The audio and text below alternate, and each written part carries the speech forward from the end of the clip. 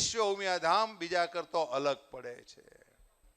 આ સંસ્થામાંથી નીકળેલા વિચારો આજે અનેક સંસ્થાઓ એનો અમલ કરી રહી છે। મને એનો આનંદ છે, મને એનું દુઃખ નથી। નવી વિચારધારા સાથે, આધ્યાત્મિકતા સાથે શિક્ષણ, આરોગ્ય, રોજગાર, બિઝનેસ બધું જ હોઈ શકે। તમે ક્યારે સાંભળ્યું છે કે એક મંદિરના માધ્યમથી કોઈ દાડો બિઝનેસનું પ્લેટફોર્મ હોઈ શકે? કદી વિચાર્યું છે? મંદિરના પ્લેટફોર્મ ઉપર ક્યારે યુવા પેઢીના કેરિયર માટેનું પ્લેટફોર્મ હોઈ શકે? ક્યારે વિચાર્યું છે? મંદિરના પ્લેટફોર્મ પર હોસ્પિટલ હોઈ શકે? કદી ક્યારે મનમાં વિચાર આવ્યો છે? આ બધા જ વિચારો વિશ્વ ઉમિયા ધામની અંદર છે કે મંદિર એક માધ્યમ છે, પણ એ જ મંદિરના માધ્યમથી યુવા અને મહિલા સશક્તિકરણને જો એક સશક્ત બનાવવું છે તો મહિલાઓને, યુવાને ગમતી પ્રવૃત્તિઓ તમારે આ જ પ્લેટફોર્મ પર કરવી પડશે।